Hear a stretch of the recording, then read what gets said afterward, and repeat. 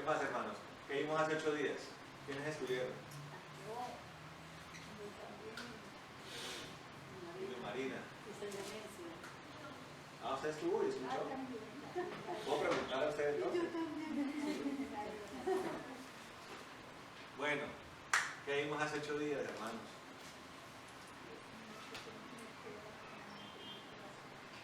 Estábamos hablando de David,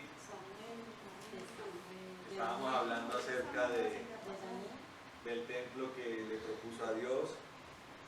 Que Dios le dijo que él no iba a levantar, que era un descendiente de Dios que iba a levantar. Correcto. Pero lo más importante de eso, ¿no? Eso no lo tenía Dios en su corazón. Por eso Dios como que y hablamos acerca de lo que Dios le dijo a través del profeta Natán. ¿Sí? Le dijo, tú no me vas a construir un templo, sino que un hijo tuyo, uno que venga de tu raíz, va a construir un templo e instaurará un reinado. ¿Cómo? ¿Un reinado cómo? Por siempre. ¿Uno puede hablar que una persona puede ser por siempre rey, un hombre? No. ¿Quién es el único que puede ser rey por siempre? Jesucristo, perfecto. Ahora, estábamos viendo cómo eso es una doble referencia, ¿no? Porque Salomón, el hijo de David, o uno de los hijos de David, viene a ser el que construye el templo, ¿sí? Que no construyó David. Los capítulos, no me quiero enfocar en los capítulos siguientes porque más bien es como que yo quiero enfocarme en las cosas más importantes, en las intervenciones más importantes. Los capítulos subsiguientes hablan acerca de las conquistas de David, expansión de territorio, derrota de sus enemigos, botín de guerra. Entonces David comienza a acumular botín de guerra, tesoros, que parte de esos tesoros que él recoge como botín de guerra son los que van a fundirse para construir el templo de Salomón, ¿correcto? Ahora, a David también le llevaron un poco de cosas, ¿no? Lo visitaron, y le llevaban plata, y le llevaban oro, y madera de acacia y de cedro de lo mejor. ¿Sí? Pero meditemos en esa referencia profética acerca de aquel que construye un templo conforme a Dios. ¿Cómo es un templo conforme a Dios? A ver, Karencita, ¿usted cómo se imagina un templo de Dios? ¿Cómo se imagina? Hermana, pero no tiene imaginación. Imagínese cómo sería eso. Tiene que ser muy majestuoso, grande. Primero que todo, ¿dónde lo quiere colocar Dios? A ver, usted. Imagínese dónde Dios quiere colocar ese templo. ¿Dónde? A ver. Perfecto, en nuestros corazones. El Señor le dice a David, pero ¿usted dónde me va a meter? Sí, que no quería. Ahora, fíjense cómo el ser humano es tendiente a la superstición, ¿no? Entonces un día pecaron, pecó el pueblo de Israel en el desierto y el Señor le envía una infestación de serpientes que comienzan a morderlos y comienzan a morir, a estar heridos. Dios se compadece de ellos y aprovecha, como el Señor es el espíritu de la profecía, aprovecha para profetizar, ¿no? Funden bronce, fabrican una serpiente de bronce y la levantan en lo alto. Es una señal mesiánica, ¿no? Que dice que así como los que, o sea, ¿qué pasó con esa serpiente? Los que veían la serpiente en la parte alta eran sanados inmediatamente de las mordeduras de la serpiente. Y eso era una profecía de que así como la serpiente fue levantada, un día se levantará alguien para que todo aquel que lo vea sea sanado. ¿Quién es ese que fue levantado? ¿Y dónde fue levantado? ¿Fue levantado en hombros? ¿Fue levantado en medio de vítores? Fue levantado en una cruz. O sea, ¿en dónde hay que ver a Cristo? En la cruz.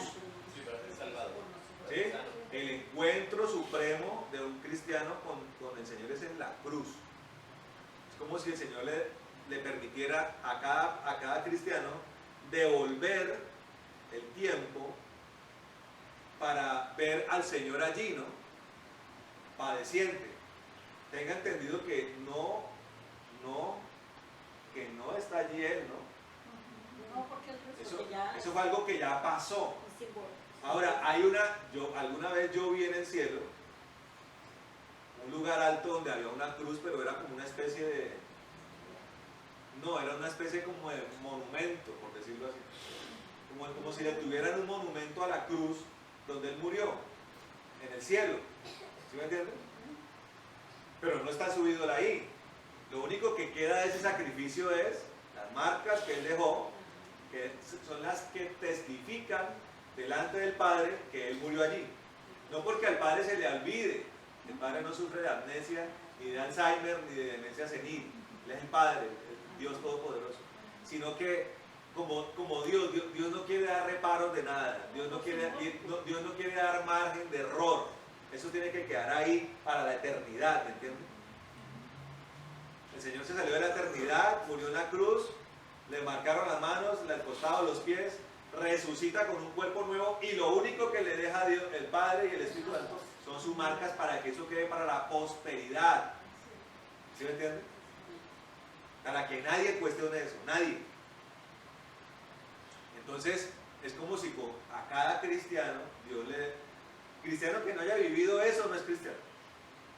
O sea, devolverse la película y tener una experiencia de cruz con el Señor, de verlo ahí.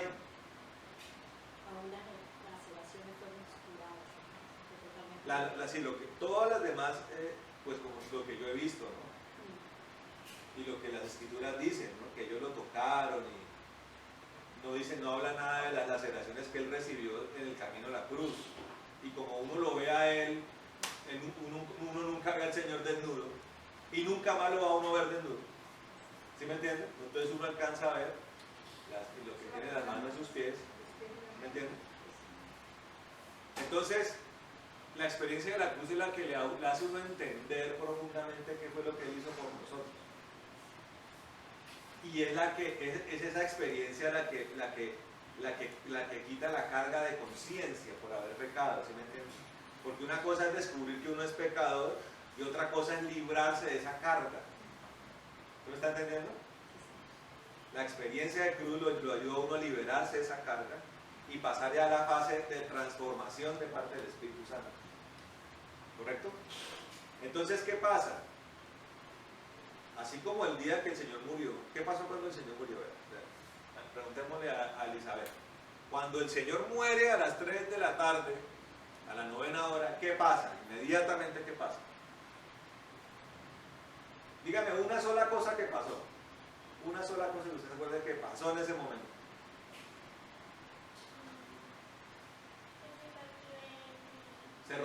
Se rompió el velo, ¿no? ¿Sí? Que separaban. Ahora, la gente se imagina que eso es como una especie de, ¿cómo se llama? Como los velos que tenemos sí. ahí. ¿Cómo es que llaman esos que van detrás de las cortinas? ¿Los velos? El velo, ¿cierto? El velo. La gente que no entiende, no sabe cómo era el templo de Herodes, se imagina que era un velito así. Se rasgó por lo viejo. No. Resulta que el velo del templo tenía 27 metros de alto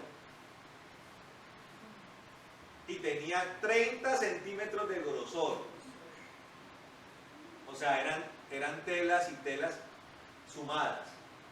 Ya, porque la idea era no dejar ver el arca. Perfecto. En el tabernáculo era diferente. Si era un velo pequeño que separaba. Pero en el templo ya todo fue mucho más grande y más colosal. Entonces, que se rompa un velo de 27 metros con 30 centímetros de grosor. Y que se rompa de arriba hacia abajo. Y que se rompa de arriba hacia abajo es una señal clara de que todo el rudimento de la ley y de los procesos sacerdotales y levíticos cesaron allí. Y el Señor trasladó el culto que era en un lugar construido por hombres a un lugar construido por Él. ¿En dónde? En cada corazón. Entonces imagínense, la gente no entiende eso. Y por eso la gente tiene, de las 4 extremidades, tiene 3 en el mundo y una tratando de hacer las cosas de Dios.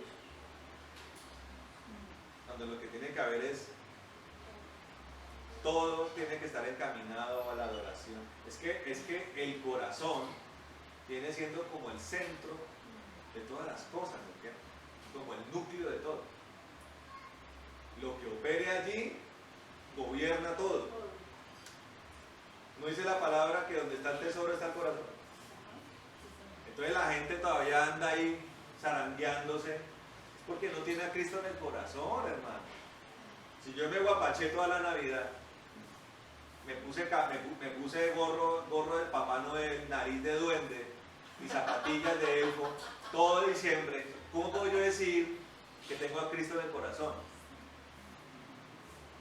¿Será que el Espíritu Santo lo llevará a uno a hacer eso? Yo le pregunto, o sea, por simple lógica. A veces dice de diablo, sí, seguramente. El Espíritu Santo dice, recuerda, oh amada Luzmila, que hoy tendréis que ponerte el traje del gordo panzón, ¿sí? ¿Sí? Y no olvidéis adornar de guirnaldas y de monstruos de nieve tu base. ¿No es cierto? ¿O será que el Espíritu Santo, que es el que hace toda esa ingeniería interna, lo mandará uno a, y no olvidéis bailar los 50 clásicos de Lavillos Caracas Boys? ¿Sí? ¿Será así el Espíritu Santo lo manda? Porque es que a uno le hace unas preguntas. Muéstreme, pastor, dónde está prohibido ir a rumbear. Pero, y si está, dice, con tal de que no uséis la libertad que tenéis con ocasión para andar en la carne, de sentir de la carne. No, pero está, clarito. Es correcto, pero como la gente hace esas preguntas esperando que la Biblia diga, No bailaréis. no bailaréis ni rumbearéis. Amén. Así, Pero eso sí se lo tocó. así como dice el apóstol Pablo, huid de la idolatría. Claro. ¿Sí me La entiende? fornicación, dice también. Entonces, pero esas son las justificaciones. Yo estaba leyendo además un devocional de hace años, de los años 80, de David Wilkerson, donde él decía que todas esas personas que se la pasaban paseándose por congregaciones y no encontraban la congregación perfecta según ellos, son personas que realmente en su corazón no quieren congregarse.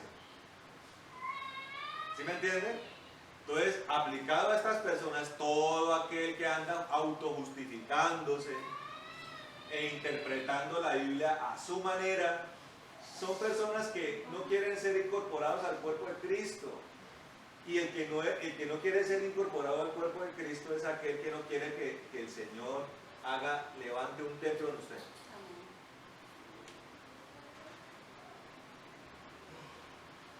Se oponen a eso, se resisten, como le pasó al pueblo de Israel. Todas las maravillas que el Señor... Hace poquito el Señor me dijo a mí, porque yo soy una persona que yo oro mucho, o oraba mucho, pidiendo la chequina de la columna de fuego. Y me llevó a un pasaje bíblico. Me dijo, ya no es tiempo de chequina de columna de fuego. Me dijo, es tiempo de Gilgal, me dijo el Señor. Entonces cuando los israelitas fueron a pasar el Jordán, que era ya el último paso para entrar a la tierra prometida y conquistarla,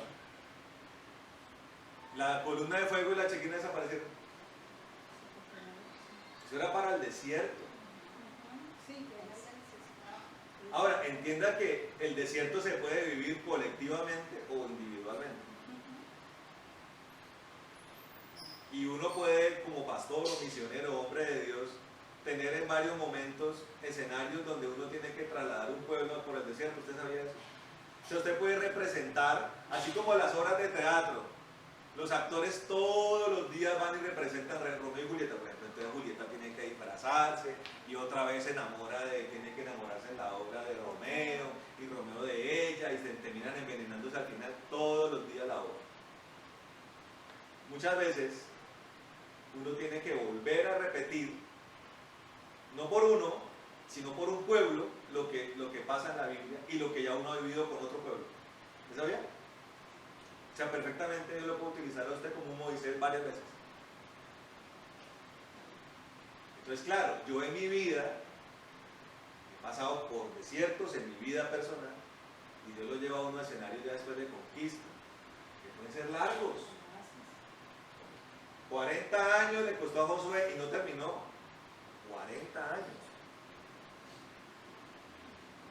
Yo me considero que estoy en un escenario de conquista. Pero en cuanto a ustedes, hermanos, a algunos hay que ayudarlos a que pasen el desierto. Entonces hay pruebas y el Señor mide la fe, ¿sí me entienden? Ese es el desierto. Y usted a veces reacciona bien, a veces no reacciona tan bien, la fe se levanta, la fe se cae, pero va marchando, ¿entienden? Pero cuando ya usted entra ya al lugar de conquistar, entonces uno tiene que ser también concordante con la palabra. Cuando usted entra a conquistar, que ya es la tierra prometida, ya no es la chequina, la columna de fuego lo que lo acompaña. Ya es la presencia de Dios en el arca, marchando con ellos. Y además, dice la palabra que antes de conquistar cualquier cosa, Josué se encontró con el ángel, con el príncipe, de los ejércitos del Señor, que era el que tenía que andar por delante de él. ¿Quién era ese príncipe? Que para nosotros ya no es príncipe, sino rey.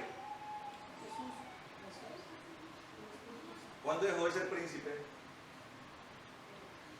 ¿Cuándo dejó de ser príncipe y se convirtió en rey? Cuando fue coronado, cuando fue coronado por el sacrificio que ofreció.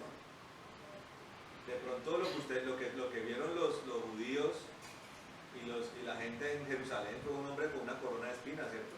Pero espiritualmente, ¿qué se le estaba colocando? Una corona, mejor de las coronas. Dice príncipe de paz. Príncipe de paz. ¿Sí me entiende? Ahí se hace rey. Entonces, nosotros tenemos un rey.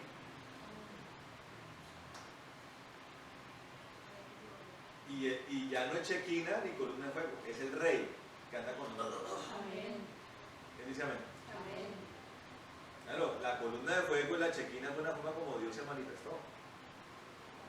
Entonces hay que orar para que el rey ande conmigo y me apareje en mis pasos. Pero ya no para andarle dándole vueltas al desierto. El rey no aparece para darle vueltas al desierto, aparece ¿para qué? Para guiar mis pasos y para conquistar. Tiene que meterse eso en la cabeza y en el corazón. Es tiempo de conquistar.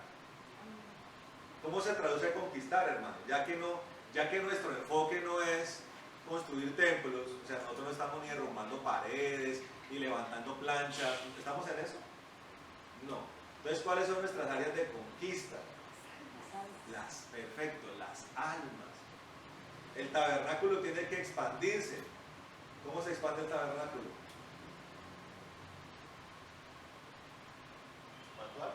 Salvando almas. Así se expande el tabernáculo. Amén. Entonces, eso es lo que desde siempre ha querido Dios. Claro, David se emocionó. David era un hombre lleno de virtudes. Y había mucha revelación en David.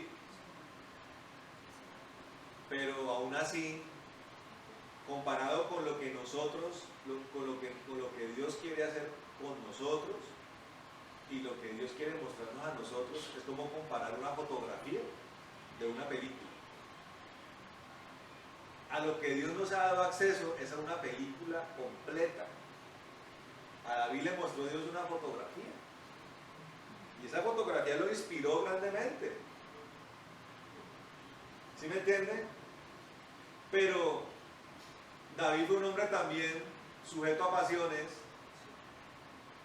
y que cometió errores graves. Y errores que pueden partir de una perspectiva equivocada. Y un atenuante para David es que en tiempos de David el Espíritu Santo por mucho venía sobre las personas. Sobre las personas. Pero para nosotros, Dios quiere vivir en nosotros. O sea que la revelación para nosotros debe ser más grande. Y más cuando ya la obra de la cruz se consumó. Eso no es la obra de la cruz no está por pasar, ya pasó. Tenemos a un Cristo resucitado. O sea, la revelación del cielo está ahí a la vista de nosotros. Y en la obra de Dios. Por eso nosotros no podemos estar en lagunas. ¿Y cómo será esto? Porque cuando estamos con lagunas y en incertidumbres, el que se aprovecha de eso es el enemigo, para traer fábulas, para traer errores, para traer confusiones. No podemos estar en eso. Yo hoy tuve que decirle a un muchacho, no haga uso indebido de la Biblia, hombre. Porque estaba hablando acerca de que, refiriéndose a temas políticos que son tan la comidilla de todos los días. Entonces utilizaba el pasaje de la Odisea, cuando dice el Señor que al tibio lo vomitaré en mi boca. Ojalá fueres frío, dice el Señor, y no tibio, porque al tibio lo vomitaré en mi boca, dice.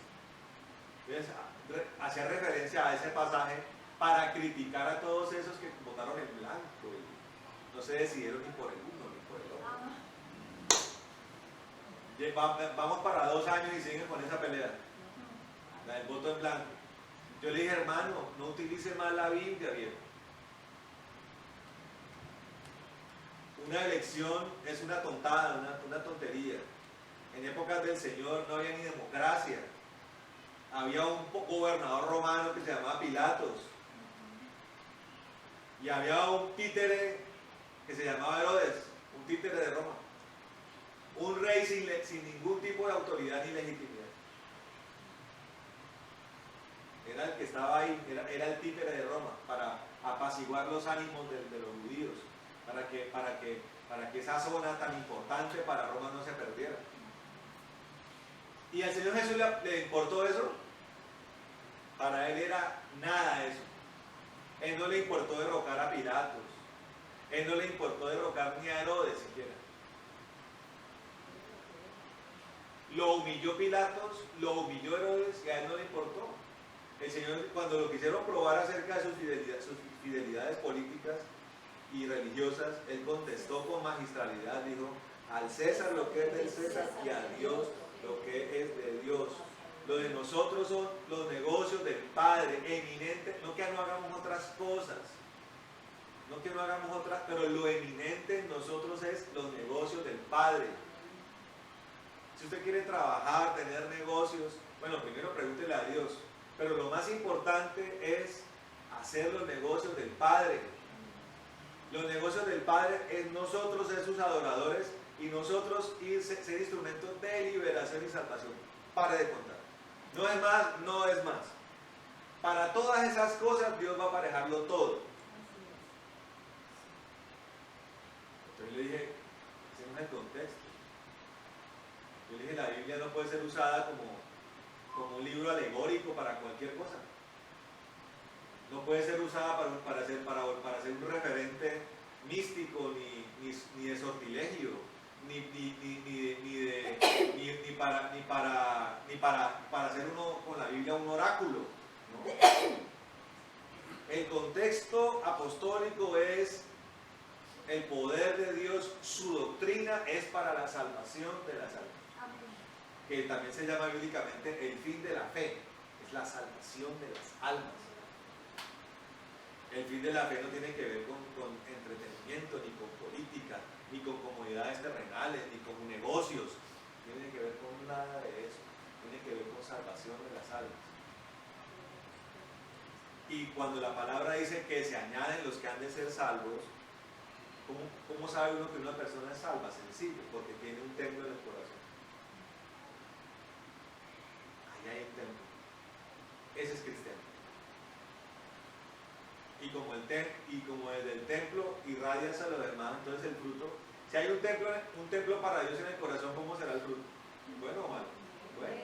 Entonces, la persona convertida, no afiliada, ni carnetizada, ni una cifra en estadística, sino una persona convertida, tiene un tabernáculo de Dios en su corazón y está lleno de Dios, del Espíritu Santo. Punto. Tiene a Cristo habitando allí y tiene también el Espíritu Santo habitando allí. Punto. Por eso el modelo de Dios nunca fue ese.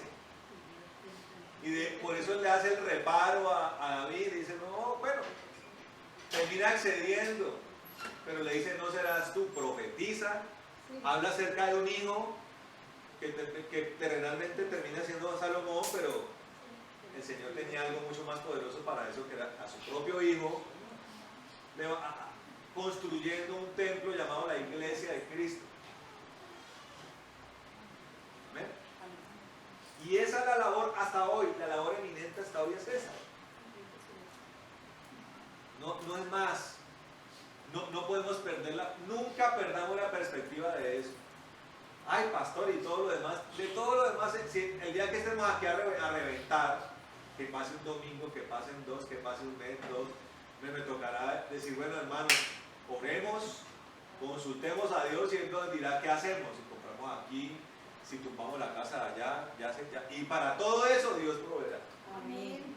No nos vamos a endeudar, no vamos a buscar préstamos millonarios en el banco, ni vamos a comenzar a manipular a la gente, no.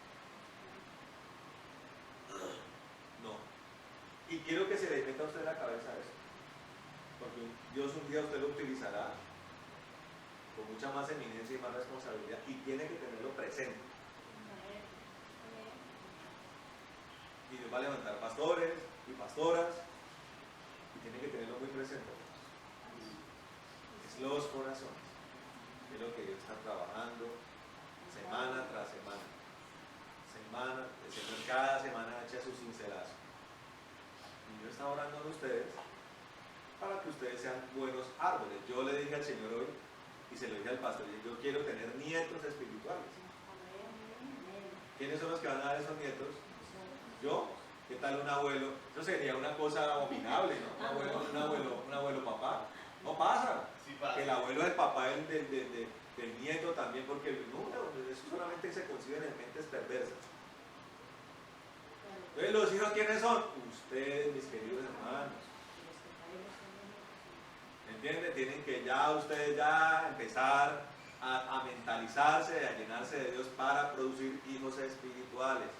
Se ponen la cabeza, que van a sobarse la frente. Mire, eso le pasa a todo el mundo. Cuando Antonio me estaba predicando a mí, me decía, Mao, hermano, yo le predico esto porque usted en 6 meses estará predicándole a otros. Yo no me burlaba, sino que tenía incredulidad en mi corazón. Decía, ¿qué horas pues? Un don nadie que no sabe ni la Biblia, ¿quién le va a predicar a quién? No fueron 6 meses, pero sí fue más o menos un año. Más o menos un año. Un poquito, sí, un año después yo ya empezaba yo a predicarle a la gente, a tener mis discípulos. ¿Sí?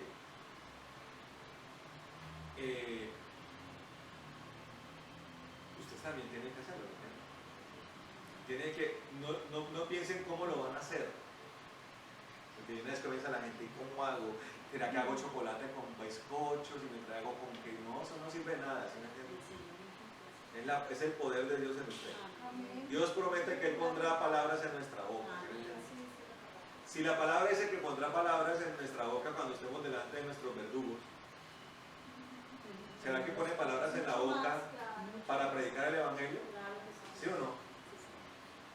¿Será que venceremos el miedo a predicar?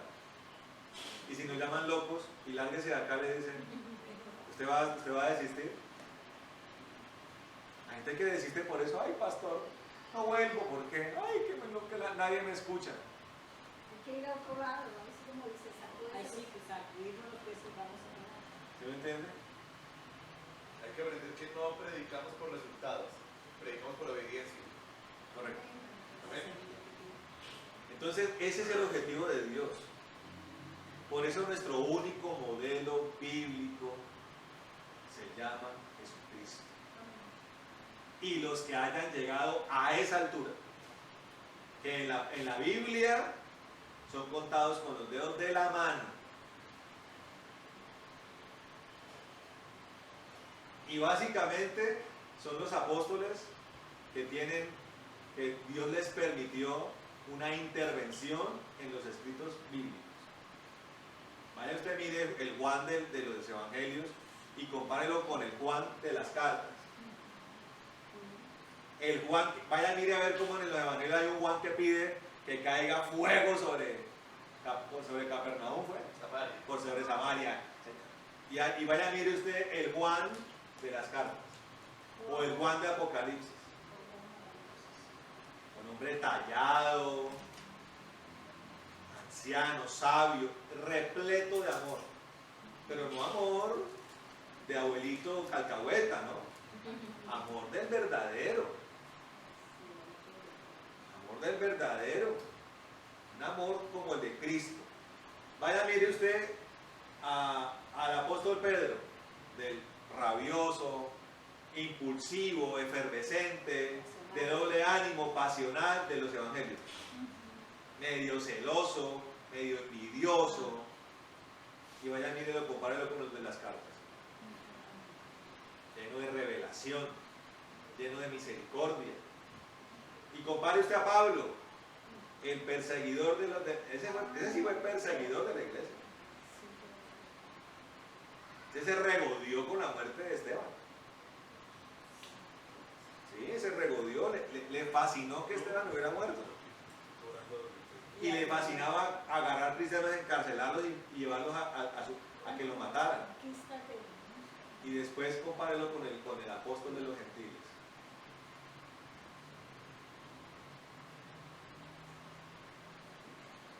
¿Cómo la ven? ¿Y se debió a qué? A un lavado de cerebro, como dice la gente. Ya le lavaron el cerebro. Bueno, también es un lavado de cerebro, realmente. Amén, me lo dejaron limpiecito. Porque la palabra dice que Él borra nuestros pensamientos y coloca los de Él.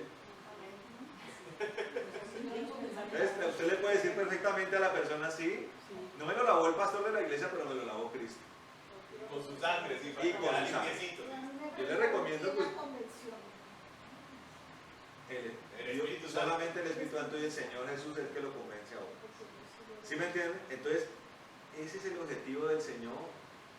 Y nosotros tenemos que continuar con ese legado, con todo lo que eso repercuta. Algunos tendrán un precio alto, otros no tanto, otros menos. Yo no sé a quién le tocará repetir un Patmos, por ejemplo. Ah, bueno, pero imagínense, véngase una pasadita por las cárceles y verá cómo se pone a llorar. Hay cárceles que son una cosa horripilante. Y eso que ya al medio le han metido mano a esas cosas. Ya hasta estéticamente son diferentes ahora. ¿Sí me entiende? Pero, ¿sí me comprende? Pero Dios para cada quien lo prepara. Él dice, no voy a ponerle carga a nadie que no pueda resistir. Esa gente que tuvo que resistir los encarcelamientos de los regímenes comunistas, era gente curtida. No para cualquiera era eso. Antes que usted tropiece en un escenario de esos, Dios preferiría llevárselo a usted. ¿Sabía eso? Por eso algunos se adelantan en el camino. Pero entonces esa es nuestra prioridad. Y ver la vida de David es como todo lo que tiene que ver con la palabra y con todo lo que tiene que ver con lo que se mueve en nuestro entorno. Tomar lo bueno, desechar lo malo. Amén. Tomar lo bueno, que vayamos a la palabra allí al capítulo, ahí el capítulo 11 del primer libro de Samuel. Perdón, el segundo libro de Samuel. 11, sí. Primero Samuel. Segundo de Samuel 11. Aquí David ya había hecho una cantidad de conquistas. David había destruido a los amonitas, había destruido a los filisteos, había destruido a los amonitas. Dice la palabra que Dios le había dado la victoria. Había extendido los territorios de Israel. Dios lo había enriquecido y ya tenía un reconocimiento como un gran rey. Ya había madurado como rey David. También está la historia de Mefiboset. Sí, pero quiero hablar de esto, ¿correcto? Sí, también la palabra habla de que David tomó a Mefiboset, hijo de Saúl, y lo llevó al palacio para que comiera con él, ¿correcto? Tenía porque sí, La lisiada de los pies. había tenido un accidente. Dice, capítulo 11. Segunda de Samuel 11. Versículo 11. Del 1 en adelante. Dice, aconteció al año siguiente, un segundo.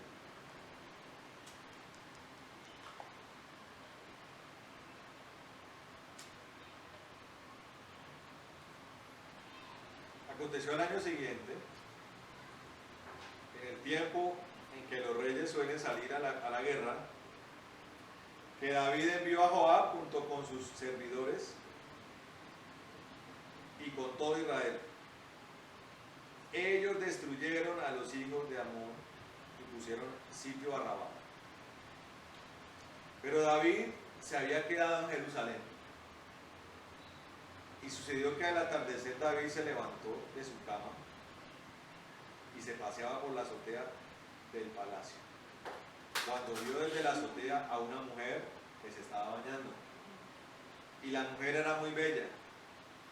David mandó preguntar por la mujer y alguien le dijo, ¿no es esta Betsabé, hija de Eliam, o mujer de Urías el Eteo?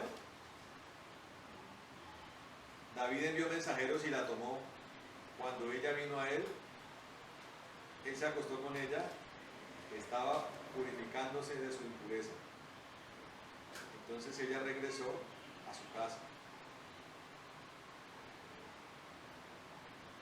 Paremos ahí.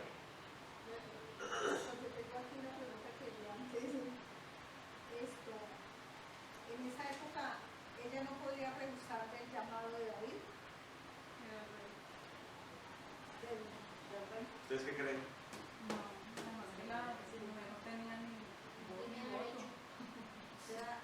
Sí, porque es algo que a mí me surgió cuando yo estaba leyendo esta parte. Contéstele ustedes como mujeres.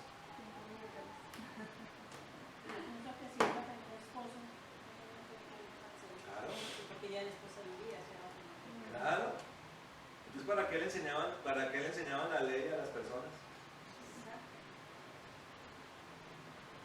Obviamente, ¿no? La mayor responsabilidad de todo eso recae en David. Pero analicemos esto así detenidamente. Dice la palabra que era el tiempo en que los reyes iban a la guerra. ¿Sí? Porque a pesar de que uno puede derrotar a los enemigos, puede pasar el tiempo, los enemigos pueden rearmarse. Los reinados, por regla general, viven en conflicto. A veces hay tiempos de paz. Hay veces están cuando los enemigos se levantan. ¿Sí? Hay tiempos de guerra. En los tiempos de guerra, el primero que debe estar ahí, ¿quién es? Así lo hacían, por ejemplo, los romanos. ¿Quién tenía que estar peleando con las legiones? ¿Cómo se hacía fama un emperador? Yendo a la guerra y derrotando a los enemigos. Obviamente, no un rey, sobre todo en el tema de Roma, no no era omnipresente. ¿Sí? Él enviaba a sus generales a combatir donde él no podía combatir. Pero el rey, el emperador en el caso de Roma, tenía que pelear en el principal lugar. Hubo un tiempo donde la batalla se centró en las Galias francesas. Y los emperadores iban a pelear en las Galias francesas contra los galos. Por eso a los franceses le dicen los galos, porque ese era el pueblo celta, el pueblo bárbaro de Francia, de los reyes de Francia. Los reyes tienen que ir a la guerra, se hacía el rey de Inglaterra. Los reyes tienen que ir a la guerra y dirigir su ejército allá. Evidentemente, ¿no? Un general es muy importante porque es el estratega. No puede ir delante porque se expone a que lo maten y si se muere el estratega, ¿qué hay del ejército? ¿Sí me entienden? Entonces, David no va. Se queda como pereciendo. Entonces, traslademos ese escenario al día de hoy, entendiendo que nuestra guerra no es igual que la de los reyes de antes. Nuestra guerra es espiritual. Esto ocurre en un momento donde el reinado de David alcanzó su punto más alto. Mayor extensión, ya era un rey rico, poderoso, tenía un vasto dominio y un reconocimiento. Eso puede traer una flexibilidad, puede traer una debilidad, puede traer una... ¿Cómo es la palabra que voy a utilizar yo? Relajación. Tengo todo, he hecho muchas cosas, voy a relajarme. David se relajó, se tomó vacacioncitas cuando no tenía por qué. Manda a sus ejércitos con Joab y los otros y él se queda. Y está tan relajado que duerme hasta muy tarde. Dice que al atardecer, como mínimo después del mediodía, pues, se levanta, estira sus brazos, va a la azotea, mira a Betsabé, la contempla, la desea. Le advierten, le dice el rey, esa es la mujer de Urías, ella es casada. ¿Le importó a David eso? Y Urías era un conocido de él, un amigo de él. ¿Le importó a David eso? Yo le hago una pregunta. ¿Esas cosas pasan de repente? ¿Una caída de esa índole pasa de repente? David, yo creo que venía de una secuencia de errores. El principal error es que deterioró su relación con Dios.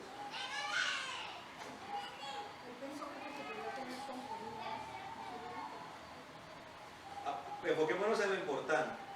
Ahora, recordemos que era un hombre tendiente a ¿qué? A la promiscuidad. Mire, yo le voy a decir algo, hermano. Los niveles de compromiso con Dios aumentan en la medida que aumenta la responsabilidad. Usted no puede tener cuentas pendientes con el enemigo. El Señor dijo un día, ahí viene el príncipe de este mundo y no hay nada de él en mí. El Señor lo podía decir con tranquilidad, pero los demás, nosotros podemos decirlo con tranquilidad.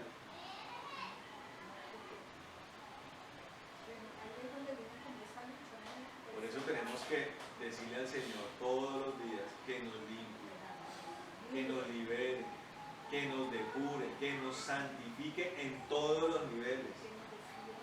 Nunca podemos considerar que de repente llegó un estado óptimo para nuestra vida. Ahora, hay gente que le llega esa percepción sin haber adquirido nada. Que yo he escuchado gente, pastor, yo me siento perfecto. casi que dicen que Están- debería ya abrirse el cielo y que Dios se lo lleve. Están limitando.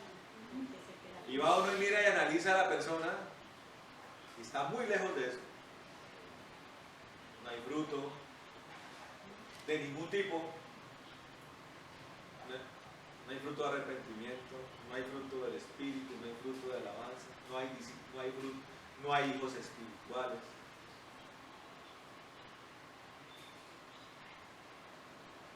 Porque la gente trata de vivir una fantasía donde se autodefine como perfecto, como que ya Dios hizo la obra en mí.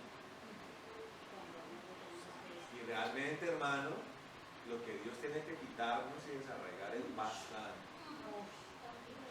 David peleó muchas batallas, peleó por Israel, pero por él. Ahora, pregunta, ¿de dónde venía él? ¿Nació en qué? María, un de pecado. Era fruto del pecado, ¿entiendes? Porque era hija. Pecado llamado el adulterio. Miren, el hecho de que haya personas que hubieran practicado la poligamia, que hubieran tenido concubinas y varias esposas, no tiene nada que ver con que Dios con que eso fuera la voluntad de Dios. No, pero ¿cómo se va a negar Dios a sí mismo? Lo que pasa es que una de las características de Dios es la extrema paciencia que tiene por su pueblo. Y eso puede ser confuso, porque la persona puede decir, ay, mire, Dios no me dice nada, no me hace nada, no me pasa nada. Dios no está tan bravo. Eso no es nada.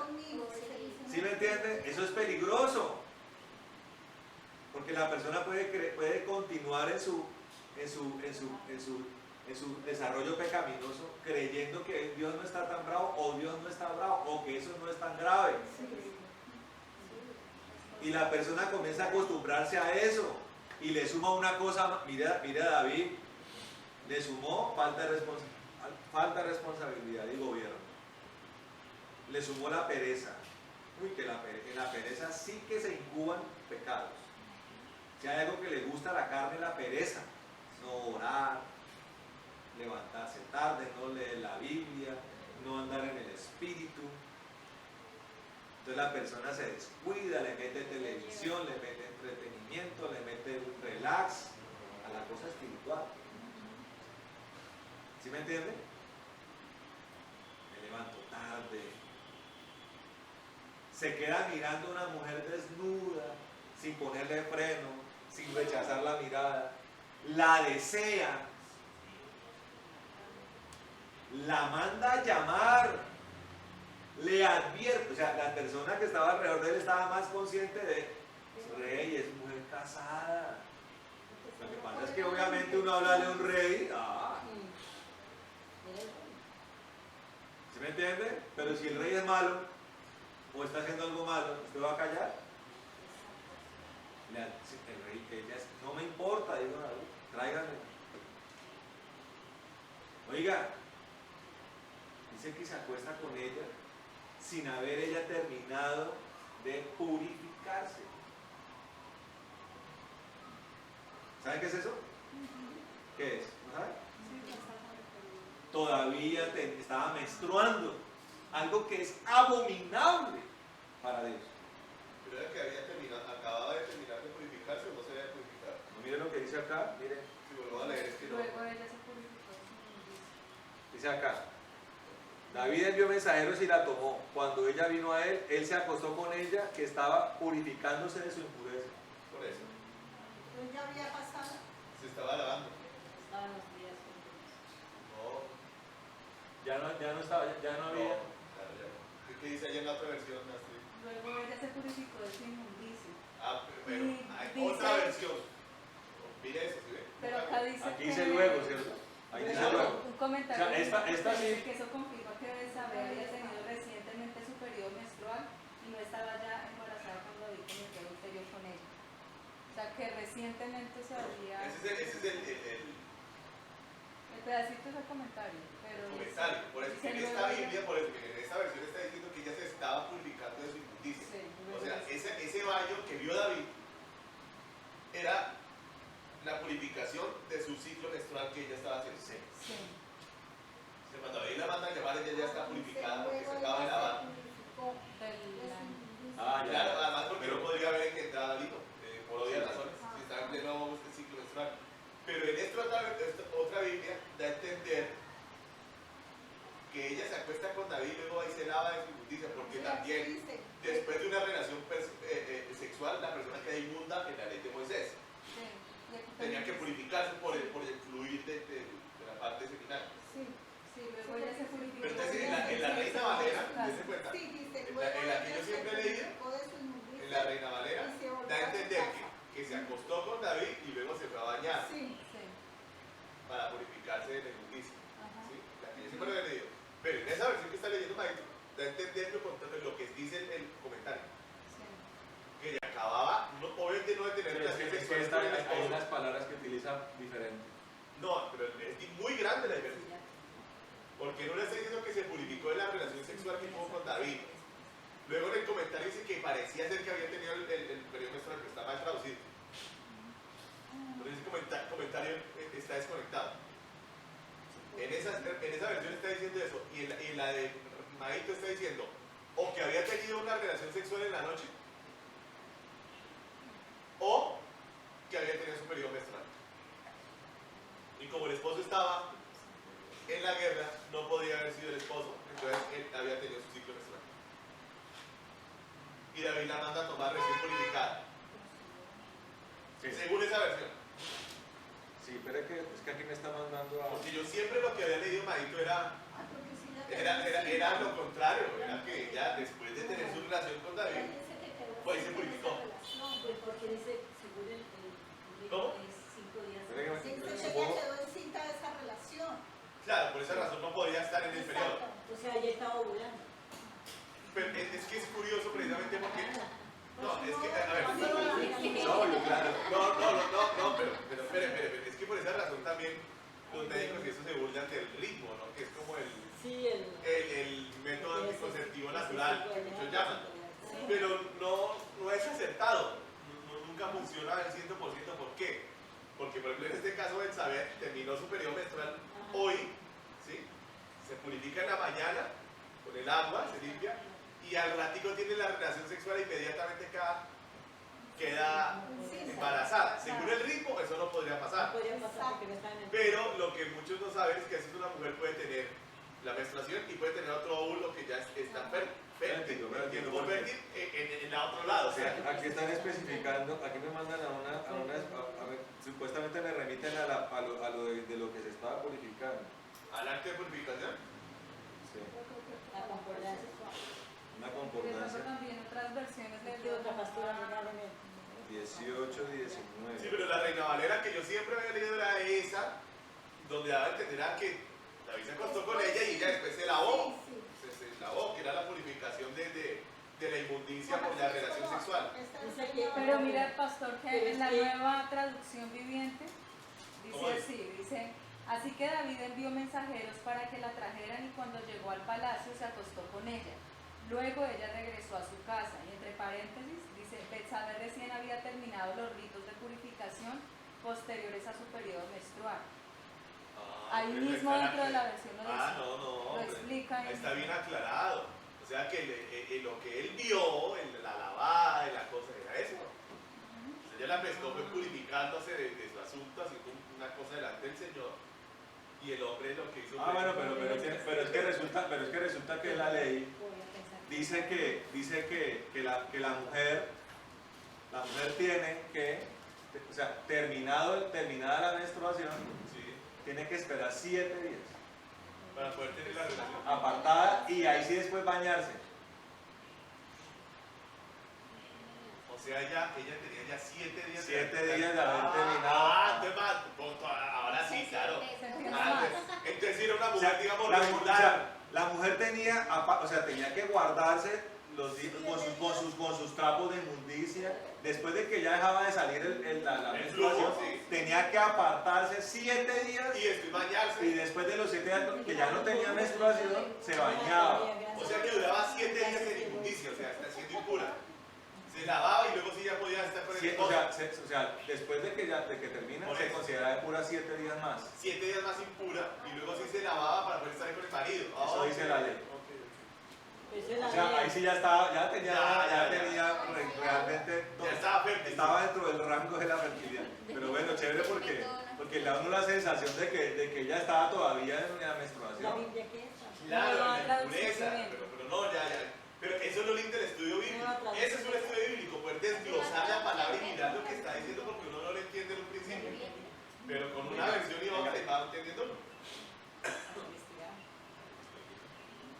Pero chévere, ya entendí porque yo nunca había entendido ese pasaje así. Porque lo que da a entender en la Reina Valera es que ella tuvo la relación con él y se purificó de eso. Sí, se limpió, lo entiende uno así. Pero no que había terminado su ciclo menstrual y todo ese Yo entiendo que yo fui segura. Y con los 7 días queda más claro que ya estaba en tiempo fértil. ya estaba en tiempo de fertilidad. Bueno, pero entonces sigamos. Entonces queda claro que no se acostó con ella teniendo la menstruación. Perfecto. Dice. Bueno, entonces.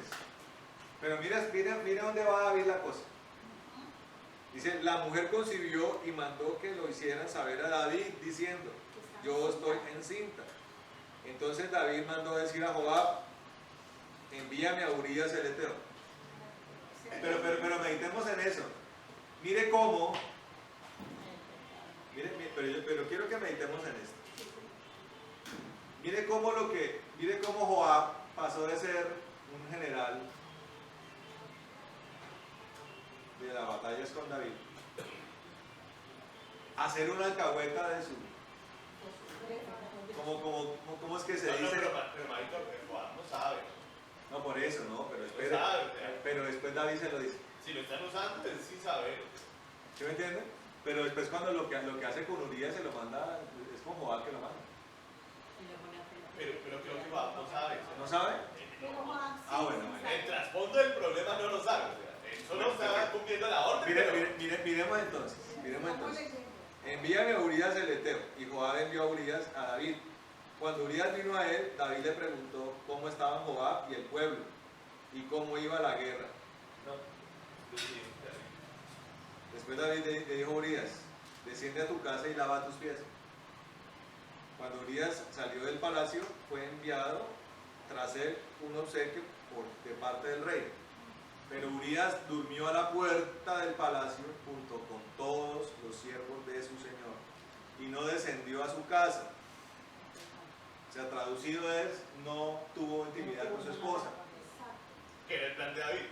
que era lo que David era chantarle el hijo a Urías. Para sacar del igual. Dios mío. Pero es que, hermano, es que un pecado lleva a otro peor y a otro. Es una bola de nieve.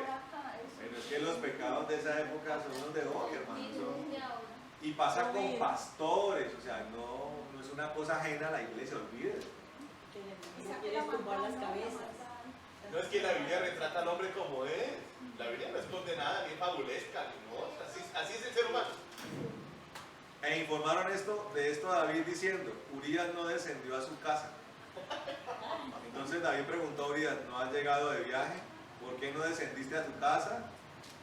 Urías respondió a David, el arca, Israel y Judá están en cabañas, y mi señor Joab y los servidores de mi señor están acampados al aire libre. Y había yo de entrar en mi casa para comer y beber y dormir con mi mujer.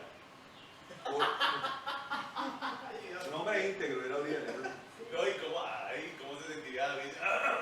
Por tu vida y por la vida de tu alma, que no haré semejante cosa. David dijo a Urías, quédate hoy también aquí y mañana te dejaré ir. Entonces Urías se quedó en Jerusalén aquel día y el día siguiente David le invitó y Urías comió y bebió con él y lo emborrachó. Pero al anochecer él salió a dormir en su cama con los siervos de su señor y no descendió a su casa. O sea, ni borracho lo corrompió. Y sucedió que por la mañana escribió una carta a Joab y la envió por medio de Urías. Con él mismo. Claro, como iba sellada la carta, Urías no la podía abrir. Y en la carta escribió lo siguiente, poned a Urías en el frente más peligroso de la batalla, luego retirados de él para que sea herido y muera. Eso es lo que leyó Joab. Claro, pero Joab no sabe. No, porque Ah, el trasfondo. porque Ah, claro. porque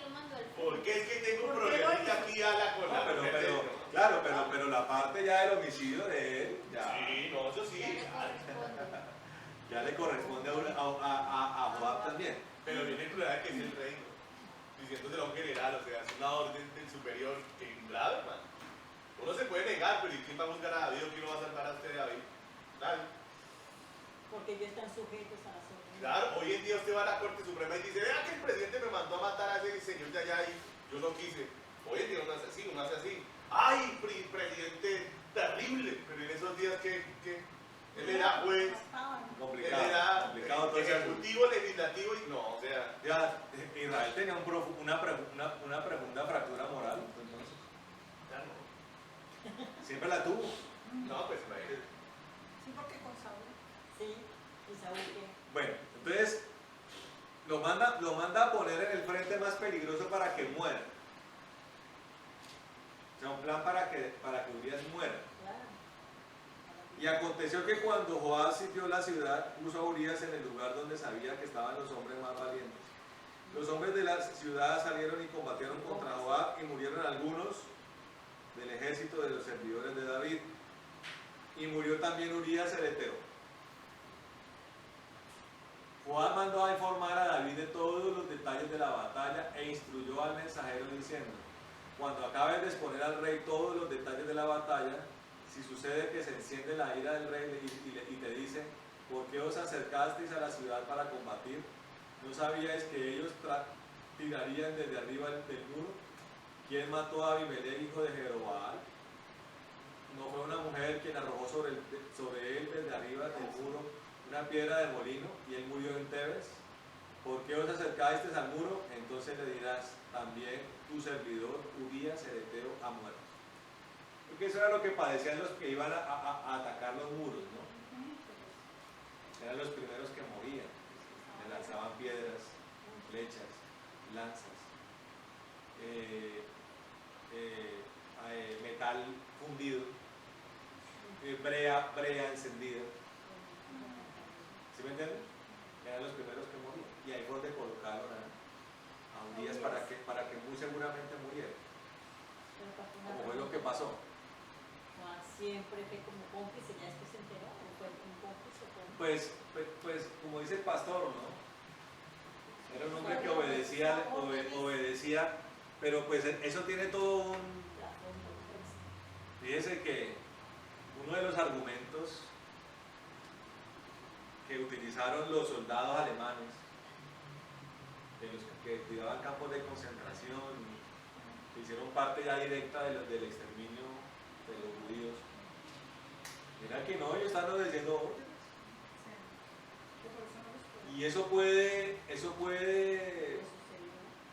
verse entre un marco legal. La discriminación en la Alemania nazi era legal. ¿Sí? La solución final, que fue la decisión de matar todos los judíos de campos de concentración y todos los judíos donde estaban ellos tomándose Europa, era algo legal, estaba dentro de un marco legal. Y el argumento era de los soldados era: no, pues estábamos obedeciendo órdenes. Algunos llegaban y decían: no nos hemos dado cuenta de nada. Después de años, resulta que tribunales de justicia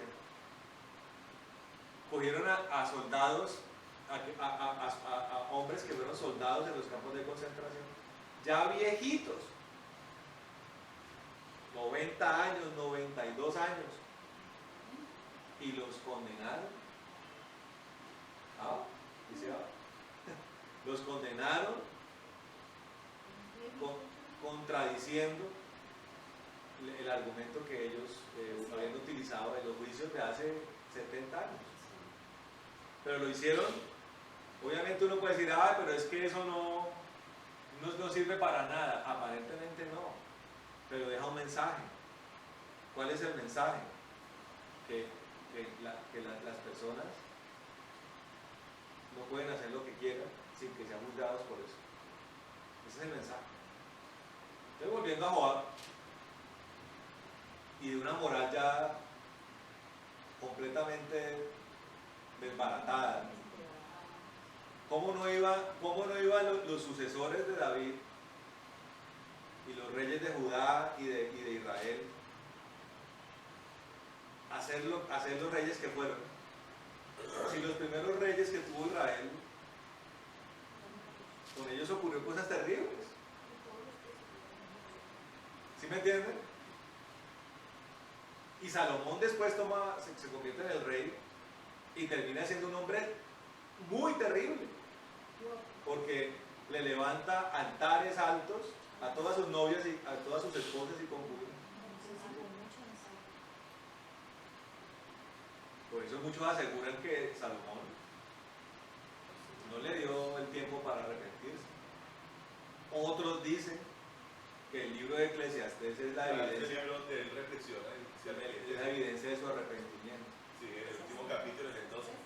Ahora, y aún un rey como, ¿cuál fue el rey que mandó a matar a Isaías? Manasés. Manasés. Ese fue el peor de los peores y también se arrepintió. Y también se arrepintió a sus últimos días, se arrepintió el rey más malo de todos. Sí, ese fue el peor de todos. El peor, porque dice que él repitió los pecados de sus papás y peor, dice, y aún peores. Los excedió a todos. Los excedió a todos, dice la Biblia. Y ese se arrepintió en sus postreros días. Y Dios lo perdonó. Hasta por ejemplo, Cantar de los Cantares en este libro Salomón, ¿cierto? Sí. Sí. Y fíjense lo que dice Cantar de los Cantares, ¿cierto? Lo que pasa, mire, una cosa que hay que tener clara, ¿no? Respecto al Cantar de los Cantares, que es un libro de tipo poético, que puede ser una intervención divina en la persona, una revelación de Dios que queda plasmada acerca de la relación espiritual entre Dios y su pueblo, entre Dios y la iglesia. Que eso Dios puede hacerlo con cualquiera. Recuerden que Saúl profetizó. Sí. Él llegó a profetizar. Pero eso no lo hizo. O sea, que Dios use a alguien no lo hace a alguien grande. Y bueno. Ni bueno. Por eso dice la palabra de Dios, Señor, pero en tu nombre echamos fuera demonios y en tu nombre profetizamos y tú predicaste en nuestras plazas, en nuestros altares. Y dice, Señor, no los conozco, hacedores de maldad. Y los echan al lugar de fuego donde es el lloro y el crujir de dientes, dice la palabra. No se trata de eso, ¿sí me entienden? Se trata de algo medular en nosotros, frutos de Dios. Eso es lo más importante. Porque se hace mucho enfoque en que Dios me use en lo que yo haga para Dios en materia de dones y ministerio y servicio. Eso no es lo más importante. ¿Sí me entienden? Eso no es lo más importante. Pero también queda claro que Dios da lugar al arrepentimiento. Pero no se puede negar hasta lo que hemos visto que lo que pasó con David fue terrible. O sea, estamos hablando de pecados. O sea, fíjese que Caín fue un homicida y gran sanción recibió. Y los adúlteros, ¿cuánta sanción? Ahora David llegó y cometió un exceso de poder, cometió un perjurio, o sea, cometió homicidio, cometió adulterio. Todo maquinado, no accidental. No fue que empujó a Urias y que se cayó y se rompió la cabeza. No, lo mandó a matar. Y para completar todo el complot, lo dejó oculto. Y lo deja oculto, le echa tierrita. O sea, cometió todas las canalladas que Dios tanto abomina.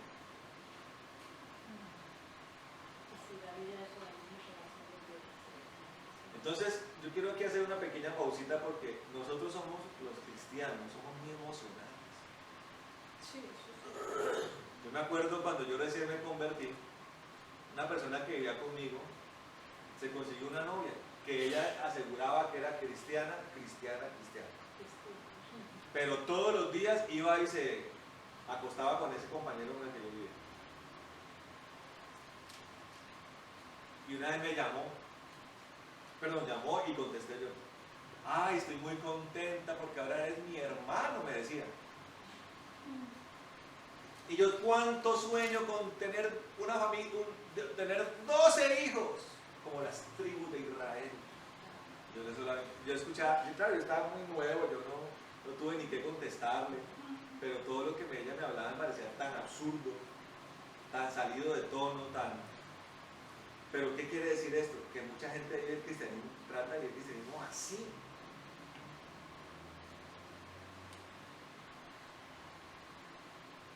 Entonces, utilizan los referentes bíblicos sin ponerse a meditar en lo imperfectos que son. Yo creo que lo más cercano a la perfección en el Antiguo Testamento son los profetas. Algunos. Un Isaías, ¿sí me entienden? Un Jeremías, un Elías, un Ezequiel, ¿sí me comprenden? Samuel. Un Samuel. Pero nosotros tenemos que abandonar todo ese emocionalismo con el que se mira el cristianismo y poner solamente nuestros ojos en Cristo y en ningún hombre. Tenemos que poner nosotros la mirada, porque oh sorpresa se puede uno llevar. Ahora, ¿cuántas congregaciones andan poniéndole los ojos al pastor? Y el pastor hace así y la gente hace así. Mire, ni siquiera nosotros hemos sido exentos de eso. Gracias a Dios, en esos tiempos y en los de hoy, nosotros hemos tenido un pastor integral, íntegro, sin reproche, que es el pastor Antonio. Entonces lo que hacía el pastor Antonio era conforme a Dios. Entonces los que sufrían de consciente colectivo pues imitaban lo que él hacía bueno. Pero si la gente se topa con una persona no tan integral, es que ese es el problema. El pastor Antonio entraba en ayuno y habían 3, 4, 5 que también. Y yo no lo hacía, porque yo no sentía hacerlo. Y me criticaban por eso. ¿Y por qué no lo haces? Porque no, mi Dios no me ha dicho nada. Y el pastor Antonio hacía así, y la persona hacía así. Y el pastor Antonio se agachaba y las personas se agachaban. No era culpa de él. De hecho, yo hablaba mucho de eso. De hecho, él antes por el contrario le molestaba el asunto. No estaba bien idolatrar a nadie, un hombre que no podía poner los ojos en el pastor. Entonces póngase a meditar, Dios, cuánto ama a un pueblo que permite que la persona, el siervo, no por error de él, no, pase por ciertas circunstancias. Entonces, ¿qué pasó? Con lo que le pasó al pastor Antonio, quedó revelado que mucha gente no tenía puestos los ojos en Cristo, sino en el hombre. Claro, el hombre se vio frágil, se vio débil, en una situación dificilísima. Oiga, y yo le digo una cosa, cuando a una persona se le cae el ídolo, sale corriendo generalmente. Dice que salió corriendo y luego tira. Pero el que pone los ojos en Cristo, dice, el que cayó fue un hombre y un hombre de Dios, y Dios lo levantará. Y nuestro Dios es el Señor.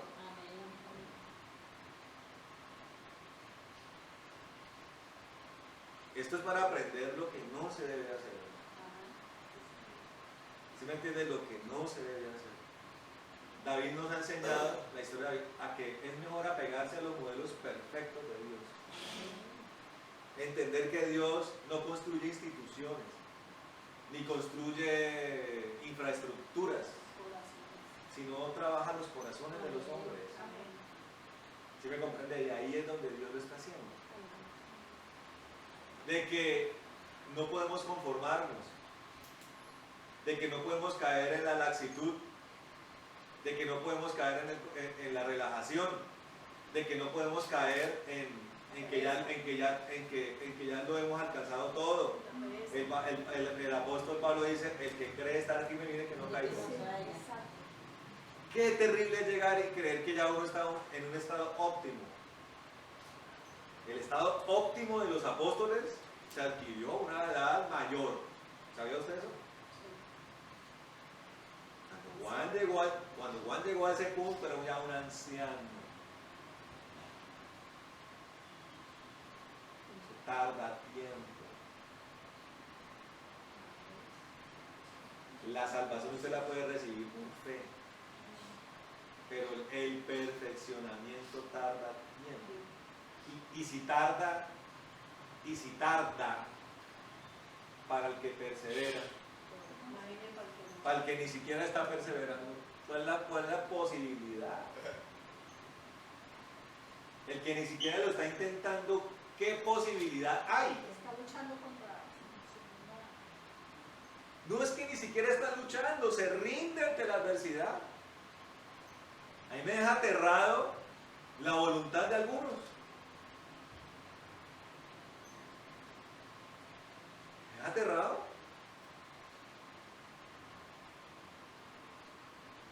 Para ciertas cosas. La voluntad que algunos tienen para no mentir es endémica, es famélica. Para no caer en ciertos pecados. No se tiene, o sea, nota uno que esa persona no está perseverando en el trato de Dios, en el perfeccionamiento de Dios. Entonces, ¿cómo serán los días que sean las cosas se pongan más difíciles? ¿Sí me están comprendiendo, hermano? No se puede caer en la relajación, hay que perseverar, continuar. Mire que la palabra de Dios dice que el Señor vendrá por redomas como llenos. Redomas llenos. Y si están rebosantes, mejor. O sea, las cosas de Dios nunca sobran, ¿sabía usted? Es mejor más que menos. Es mejor que se le pase a uno la mano a que le falte a uno la mano.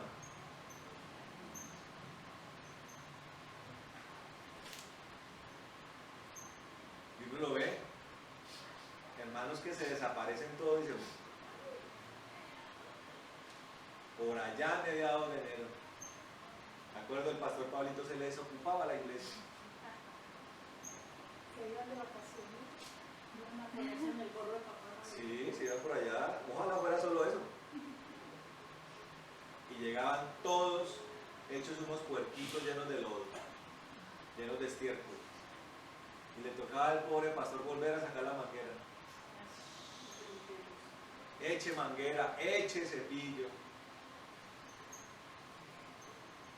Ahora la pregunta es, ¿eso es ilimitado? ¿Eso es ilimitado?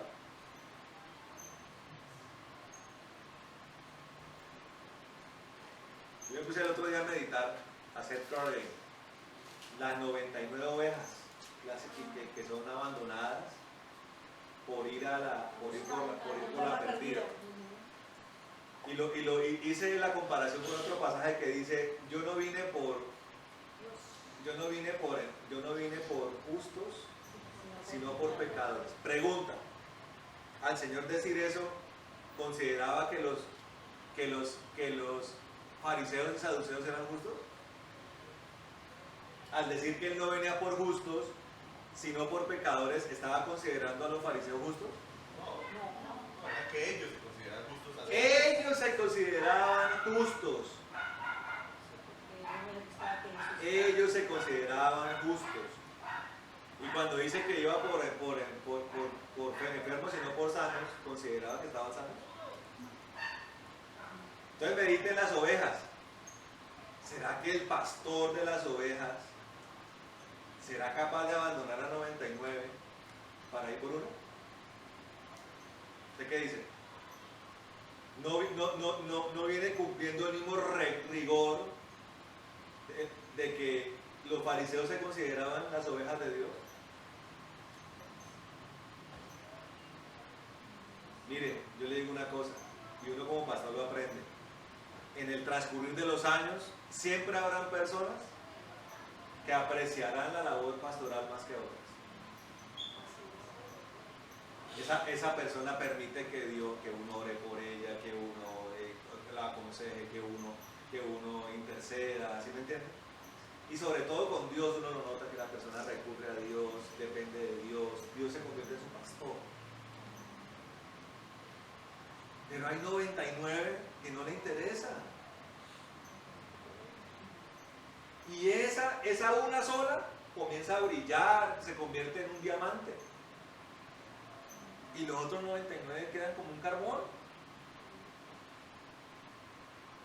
Yo le hago una pregunta, y pues meditemos, ¿cuántas personas se convirtieron, aceptaron el Evangelio en el primer discurso de Pedro? 3.000, ¿no? Y vino un avivamiento de multitudes. Pero ¿de cuántos podemos asegurar que llegaban a la estatura de Cristo? De todos esos. Pudieron haber sido muchos, pero nosotros tenemos la evidencia de los que están ahí en la Biblia. ¿Cómo le parece? La palabra de Dios dice: el justo con dificultad se salva. O sea, el justo llegará a la meta después de mucha intervención celestial, no de maquillajes. Siempre el ser humano tiene los dos caminos, el camino fácil y el camino difícil. ¿Cómo se adquiere, por ejemplo, un cuerpo saludable, un cuerpo tonificado? ¿Cómo se adquiere mejor? ¿Cuál es el camino difícil? El ejercicio, ¿no? Y la disciplina. Y la dieta. Y la ejercicio, dieta y disciplina. La persona come bien, se hidrata bien, hace eso, es disciplinada. A como dé lugar, cumple con sus cronogramas de salud. ¿Cuál es el camino fácil? A la cuchilla. Écheme cuchilla, écheme manguera, porque eso de la liposucción es una cosa horripilante. Eso, sacan la grasa y se mete por un tubo.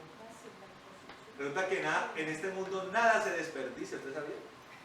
¿Usted sabía que con la grasa de las personas fabrican jabones? ¿Usted sabía? Fabrican explosivos. Esos explosivos que le cayeron ayer a su lady, puede ser perfectamente, pueden tener ingredientes de grasa de liposucción, ¿cómo le parece? De ahí sale la nitroglicerina, ¿cómo le parece? La glicerina. Nada se desperdicia. Y si quiere ponerse las nalgas redondas, en vez de hacer ejercicio, se ponen un par de pelotas de silicona. Entonces, para que no le vuelva a salir el banano, se hacen un bypass. Se recortan el estómago y se lo vuelven chiquito. Es el camino fácil. El camino difícil es más. Y espiritualmente aún se nota más eso.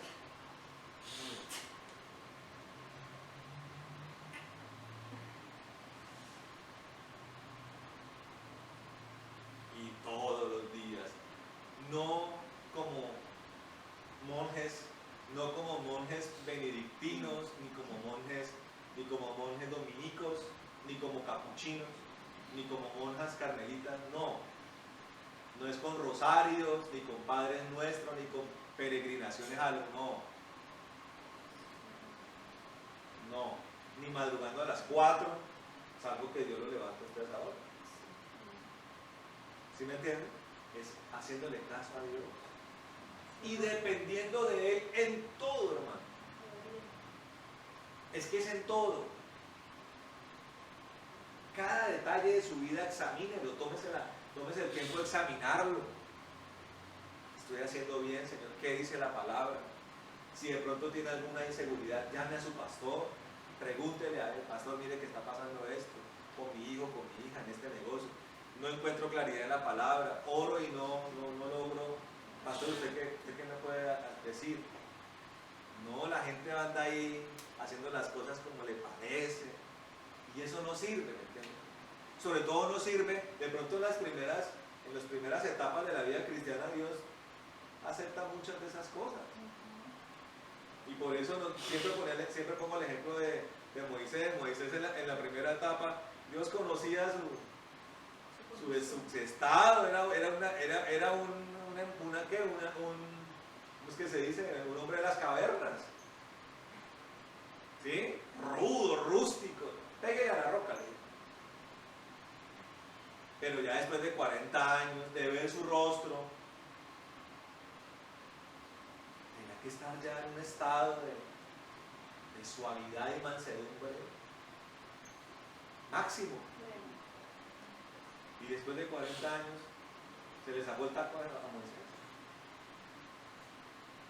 Y lo que para Dios era algo normal en el año 0, en el año 40 era inaceptable.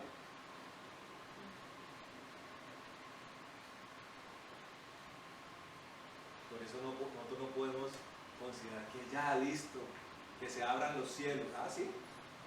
Llévame, Señor, que ya estoy. ¿Cuánta gente no le pide, Señor? Llévame. ¿Y por qué cree que Dios no se lo lleva? Porque Da oportunidad. yo me ponía a meditar el otro día que uno cuando lleva muchos años sin hacer ejercicio, uno arranca y da uno 8 vueltas al parque y Antes de 8 vueltas. ¿sí me entiende? Sí, ¿o no? Oiga, Antes de 8. oiga, y uno dice, oiga, ¿cuándo voy a llegar a las 50 vueltas? ¿Cuándo voy a ser capaz de terminar 10 kilómetros? Me parece a uno que eso nunca se va a lograr. Pero si usted es consistente, lo va a hacer. Sí, la disciplina siempre será el talento. Y la mejor disciplina es hacerle caso a Dios, hermano. Así a los hombres les parezca exótico. ¿No le parecían exóticos los profetas a la gente? Ah, miren ese, miren a ese, a ver, ¿cuál era el profeta que tuvo con las nalgas al aire de Elías? Es Isaías, con las nalgas al aire. ¿Usted se puede imaginar cómo era el cabello de Juan el Bautista? ¿Cómo era? ¿Y cómo era su apariencia? Al frente de esos chirriados fariseos y saduceos, con esos vestidos blancos, finos, llenos de toda la arandela religiosa y de etiqueta de la época. Era un alpargatero, ese indio patirrajado del Juan Bautista. Y lo que comía, puro grillo con miel. Vaya usted coma grillo con miel. Oiga, le tengo noticias. Usted que está tan preocupado de que vengan brunas, el futuro está en los insectos. Tal parece que en las granjas que Dios nos va a regalar sería muy bueno empezar a tener cultivos de insectos. Si Juan el Bautista lo comía, ¿por qué nosotros no? Preparada para la hamburguesa. de Yo, grillo mire, con yo le digo cucaracha. una cosa, yo me le mido a lo que sea. Grillo con cucaracha, señor. Si Dios me manda a comer grillo, me lo voy a comer. Yo no sé usted. Y Ramirito sabe hacer que hamburguesa de lo que Pero es que si tú crees que el grillo se lo come uno así nomás, no, eso toca Uno prepararlo. en esos programas de supervivientes. Sí, mire, no, pero mire que me vino como a la cabeza del corazón, Señor. Tenemos que prepararnos para los últimos tiempos de verdad. Mañana mismo, un chapulita así de grande. Un Sí. bolivito bien cocinadito. No, crudito para que agarre. Cucarachita. ¿Cómo? Que no debemos matar los insectos porque ellos son los que más. Y resulta que esos animales tienen muchísimas más proteínas que la carne y que el pollo. Y que... Que la cucaracha muere feo. Pero ¿quién ha dicho que cucarachas, hombre? Es que ¿quién ha dicho que todos los insectos son susceptibles de comerse? Pero hay insectos que se pueden cultivar y se pueden comer. Las chisas. La que sale en los Paso, yo después de la chisa sí paso. Esa vaina. ¿Sí me entienden? Pero entonces, o sea, mire, lo que quiero decir yo con esto es que nosotros el pueblo de Dios no somos convencionales, hermano. Sí, a ver, eso sí, para ti que ni qué. No somos convencionales, hermano. Y debemos aceptarlo. Mire, yo aprendí que Dios tiene una forma de hacer las cosas tan variada, pero la perfección de Dios se nota en que, aunque es variada y tan individual, nos lleva hacia el mismo punto. ¿Sí? Yo hace unos años era don madrugador. Madrugador.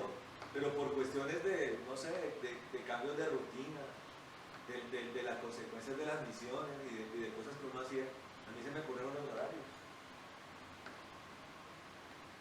De pronto hace un tiempo, que era más inmaduro, yo hubiera podido juzgar con severidad a alguien que está haciendo lo que yo hago hoy.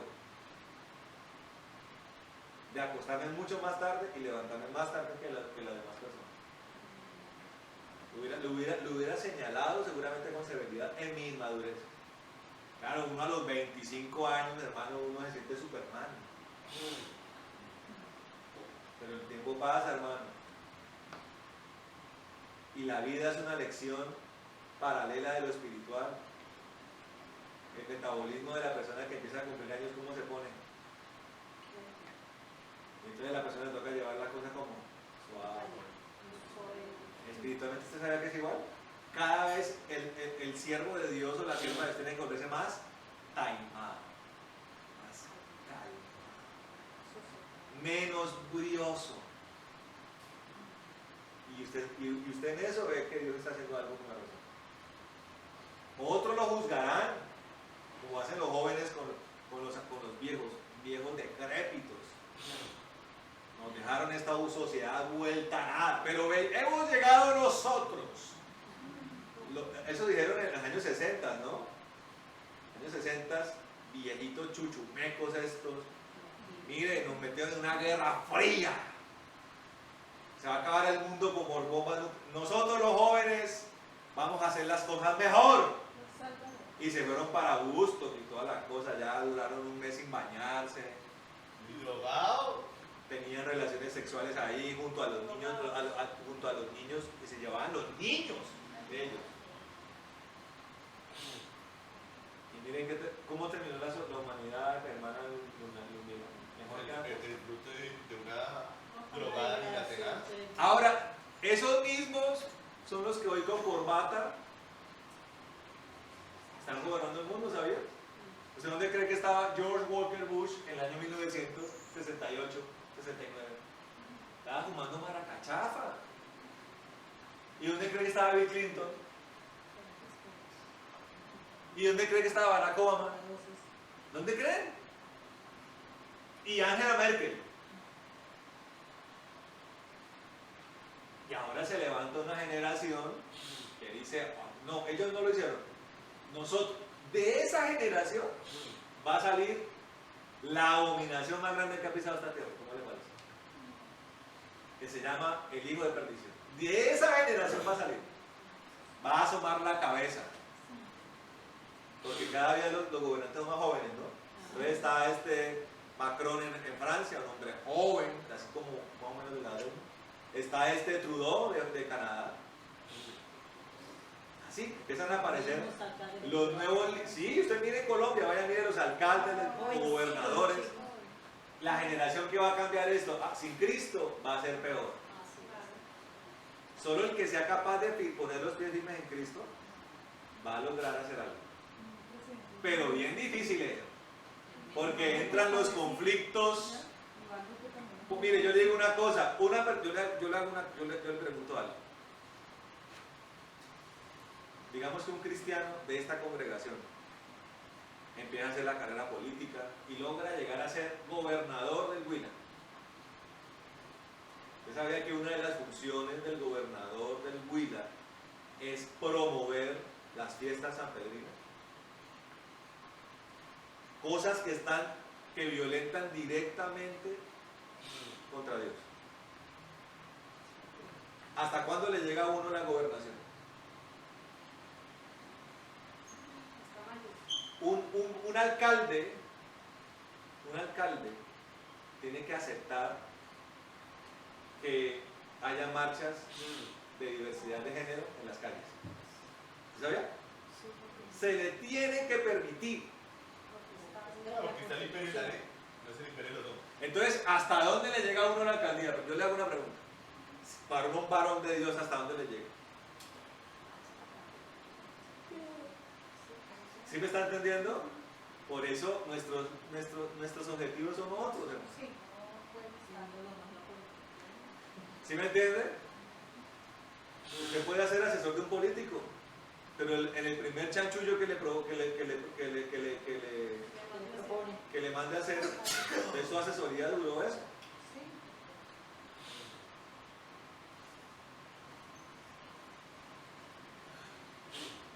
Ese es el reto que nosotros tenemos. Adelante, hermano. Bueno, dejemos ahí, hermano. Vamos a orar, ¿les parece? ¿Qué hora es? 9.